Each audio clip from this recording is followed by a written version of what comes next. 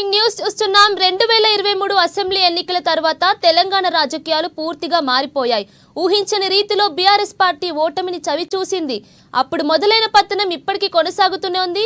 ఇక బీఆర్ఎస్ ఓటమి తర్వాత పార్టీలో కీలకంగా ఉంటారని భావించిన ఎమ్మెల్యేలు పార్టీలు మారడం ఓ దెబ్బ అయితే, ఇప్పుడు పార్లమెంట్ ఎన్నికల్లో ఏ మాత్రం ప్రభావం చూపకపోవడం బీఆర్ఎస్ కు పెద్ద ఎదురు దెబ్బే అని చెప్పాలి.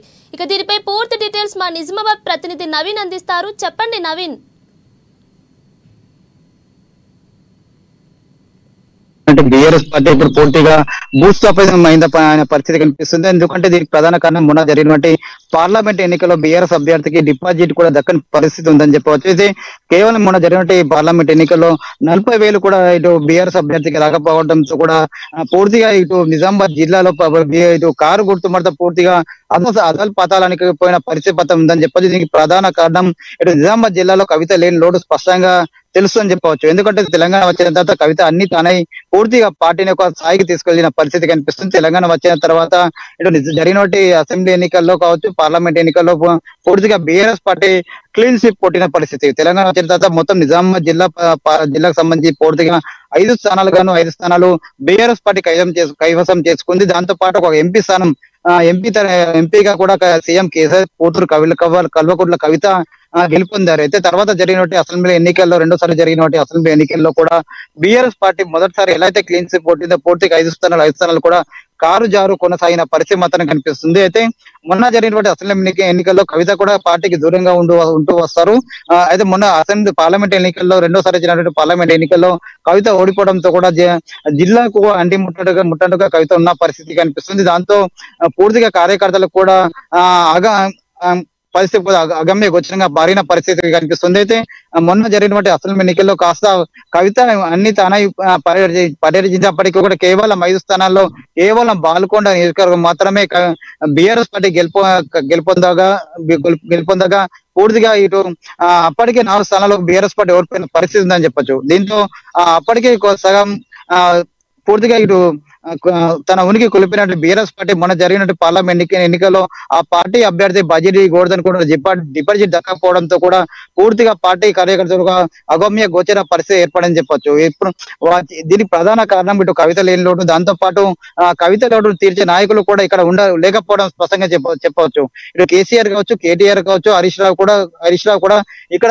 ఇటు తమ నాయకులు కావచ్చు, కార్యకర్తలకు ఎప్పటికప్పుడు సమావేశాలు ఏర్పాటు చేసి వారికి మనోధైర్యం చెప్పకపోవడమే ప్రధాన కారణంగా తెలుస్తుంది. దీంతో పాటు కూడా నిజామాబాద్ సంబంధించి అన్ని మున్సిపాలిటీలో కూడా గతంలో కూడా బీఆర్ఎస్ పార్టీ పూర్తిగా హవా కొనసాగిన పరిస్థితి కనిపిస్తుంది. అక్కడ మున్సిపాలిటీ చైర్మన్లు కూడా బీఆర్ఎస్ పార్టీ నాయకులు ఉన్న పరిస్థితి. కానీ ఇప్పుడు మొన్న జరిగిన అసెంబ్లీ ఎన్నికల్లో కాంగ్రెస్ పార్టీ అధికారంలోకి రావడంతో పూర్తిగా ఇటు ఆర్మూర్ కావచ్చు, నిజామాబాద్ కావచ్చు, అలాగే బోధన్ మున్సిపాలిటీలు కూడా కారు దూసుకపోయింది. అప్పుడు పూర్తిగా అక్కడ ఉంటే మున్సిపాలిటీ కూడా అస్సం కైవసం చేసుకున్న పరిస్థితి మొత్తం కనిపిస్తుంది. దీంతో పాటు నిజామాబాద్ డిసిసి ప్రెసిడెంట్ కూడా అస్సం తన జెండా ఎగరేసిన పరిస్థితి. దీంతో చాలా మంది కూడా నాయకులు కారు దిగి మరి అస్సాం వైపు చూసిన పరిస్థితి. ఈ లోడు స్పష్టంగా మొన్న జరిగినట్టు పార్లమెంట్ ఎన్నికల్లో స్పష్టంగా కనిపిస్తున్న పరిస్థితి మొత్తం కనిపిస్తుంది. దీంతో అనేక మంది నాయకులు కూడా కాంగ్రెస్ పార్టీ చేరడం కూడా బీఆర్ఎస్ పార్టీకి పూర్తిగా డిపాజిట్ రాని పరిస్థితి కూడా స్పష్టంగా ఉందని చెప్పవచ్చు. దీంతో పాటు కవిత కూడా లేకపోవడం కూడా మొన్న జరిగిన పార్లమెంట్ ఎన్నికల్లో కూడా లోటు స్పష్టంగా కనిపిస్తుంది.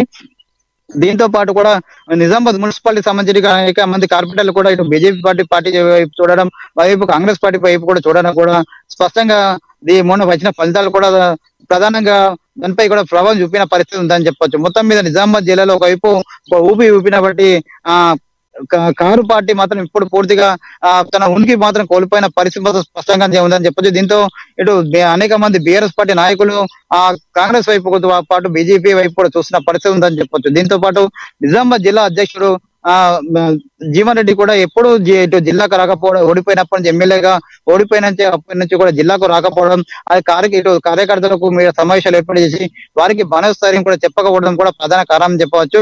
కేవలం మన జరిగినట్టు పార్లమెంట్ ఎన్నికల్లో కేవలం నిజామాబాద్ అర్బన్ మాజీ ఎమ్మెల్యే బిగాల గణేష్ గుప్తా అడపాదడపా ఇప్పుడు BJP BR party MP Bajireddy Govardhan తరఫున ప్రచారం చేయడం తప్ప మిగతా నాయకులు ఎవరు కూడా ఆ పార్టీ ఇటు ఎన్నికల్లో దూరంగా ఉండడం కూడా మొన్న వచ్చిన ఫలితాలను స్పష్టంగా ప్రభావం ప్రభావం చూపుందని చెప్పవచ్చు. దీంతో ఇటు తెలంగాణతో పాటు నిజామాబాద్ జిల్లాలో కూడా పూర్తిగా బీఆర్ఎస్ పార్టీ దాదాపు నామమాత్రం లేకుండా తుడుచుకుపోయిన పరిస్థితి ప్రస్తుతం స్పష్టంగా ఉందని చెప్పవచ్చు. Right Naveen, thank you.